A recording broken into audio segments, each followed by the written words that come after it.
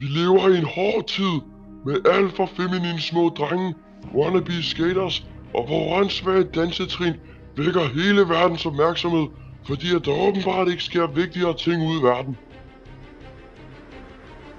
Men det værste, det absolut værste, er danske YouTube douchebags. Ja, du hørte rigtigt. Danske YouTubere, som der ikke viser nogen form for respekt for deres seere, og tror, de er lige så kendte som Gear Fisher. Men fuck er det, Billy? Lige meget. Vi er jeres værter, Billy, Joe og Armstrong. Og vi har lavet en top 5 liste over de største douchebags i det danske YouTube-community. Hver douchebag, som har dusjet sig op på toppen, vinder en gylden Kenneth og tager med hjem.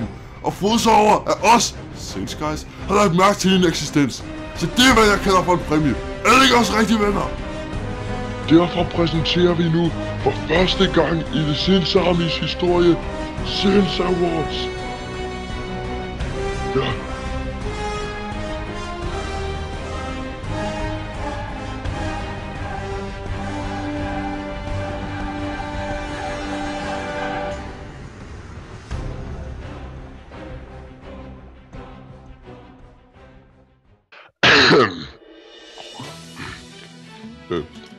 Vi måtte jo have et lidt realistisk syn på det, og give os selv en 5. plads.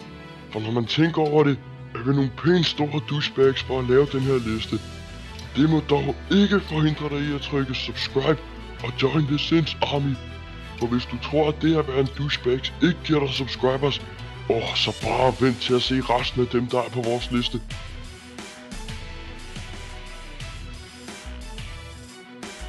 Trollerdrengene. Hej Lukas, er det egentlig rigtigt, du har haft sex med din mor? De 2 drenge med fedt og hår, fodboldtrøjer og silke prøver i video efter video at trolle. Vores video, trolling med trollerdrengene, får mere positiv end negativ feedback. Og det viser mig, at de eneste, som trollerdrengene troller, er dem selv. En gylden kende til jer. Desværre så sender vi bare ikke til Jylland.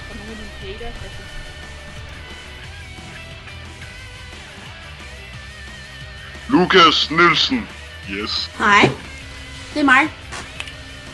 Lukas Nielsen, yes. Drengen, som blev kendt for klassikeren Jeg kan lave godt til dig, kan man aldrig rigtig regne med. Han skifter mening hver uge, og det er fucking forvirrende at følge med i. Han går fra MacFag til gamer på ingen tid. For slet ikke at tale om, at han er den største gamer wannabe i hele verden.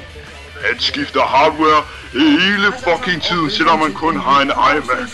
Så jeg synes bare, vi skal gå i gang med at unboxe mit nye headset, da mit andet headset knækkede. Hey folkens, som I kan se, så har jeg den her gigantiske pakke.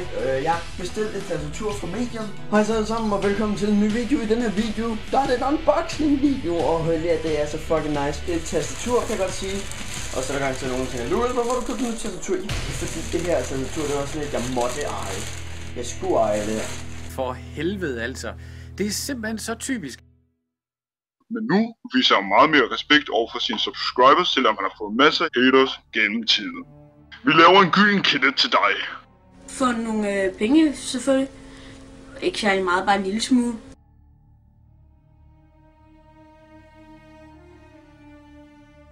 Benny One. Aldrig har en dansk YouTuber formået at være så douchebag i skriftlig form. Og så med så få ord. Det er ufatteligt. Ikke nok med, at Benny One ligner en hipster, men han er også den sygt bedrevidende retro-gamer i universet. Prøv at se på den her kommentar. Nice, du spiller spil til din Nintendo 64. Det er sådan SNES, ikke Nintendo 64. Din idiot. Jeg er hipster. Hold kæft, Benny. Du er ikke en anden end en fucking dansk YouTuber, og du ved ikke skid om noget som helst.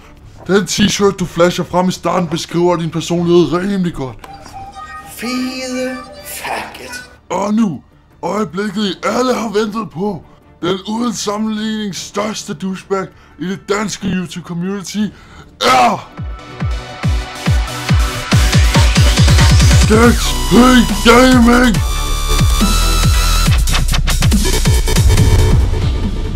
Selvom han næsten kun uploader Let's Play-videoer, har han så mange fucking små fanboys. Vi betragter ham lidt som den danske PewDiePie. Noget vi ikke forstår er, at han har så fucking mange gaming-PC'er, selvom han kun spiller Minecraft. Det giver jo ingen mening. Men det er ikke det, vi vil snakke om. Det, der giver ham førstepladsen for Danmarks største YouTube-douchebag, er hans 3000 subs giveaway. Se med her! Goddag alle sammen. Velkommen til. Her for et par uger siden, der lavede jeg en video på min kanal, hvor jeg sagde, at når jeg nåede 5.000 subs, så ville jeg lave en giveaway med en helt speciel ting, som vi skal se lige om lidt. Men desværre så kommer jeg til at gøre den giveaway-video privat. Altså ud af 3 år i en video, så er lige nu den, der bliver privat. Så det var faktisk kun mig selv, der deltog i den, og jeg synes bare, at jeg skulle modtage præmien. Så for i dag får vi en speciel, meget speciel giveaway. Nu skal I bare sløjse. Det var lidt krabær den. Småke. Det her, det er min nye gamercomputer. Den havde altså udlovet. Der var ikke nogen deltog, så måtte jeg kunne selv gøre det. Så jeg har tænkt mig at unboxe min nye gamercomputer. For at starte, så er det en computer, som jeg har købt til at game på, som har kostet 10.000 kroner. Meget sjovt, Gex. Meget sjovt. Folk havde nok alligevel ikke regnet med, at du vil give en computer til 10.000 kroner væk. Men det er stadig bare et fucking losing til alle dine fans. Joken om, at du vil give den væk, men at du så bare beholdt den selv, var fuldkommen unødvendig. Og det var nærmest bare det samme som at sige, jeg har fået en dyr PC, og det har du bare ikke. Jeg har et meget bedre liv end dig. Og nu vil jeg spise 1 kilo bacon. Vi sender en gylden kende til dig, der kan stå ved siden af de 10 andre gaming-computere derhjemme. Og for resten, dig, Gex. Prøv at høre, alle de der små haters derude, ikke også? I er så røvirriterende. Gå ind, altså det er kun fordi I er jaloux. Udelukkende det for. Tak for at du gad at se med i den her alt for lange video. Og jeg håber at du ikke er en af de der små børn, som der dislikede videoen, inden de overhovedet så den, bare på grund af at vi godt grine med en af deres yndlings-YouTuber. Hvis du ikke er det, så vil det være dejligt, hvis du gad at join the Sins Army og stå for en bedre fremtid for det danske YouTube. Så husk at like, subscribe og join the Sins Army. Så ses vi næste gang. Hej. Amen.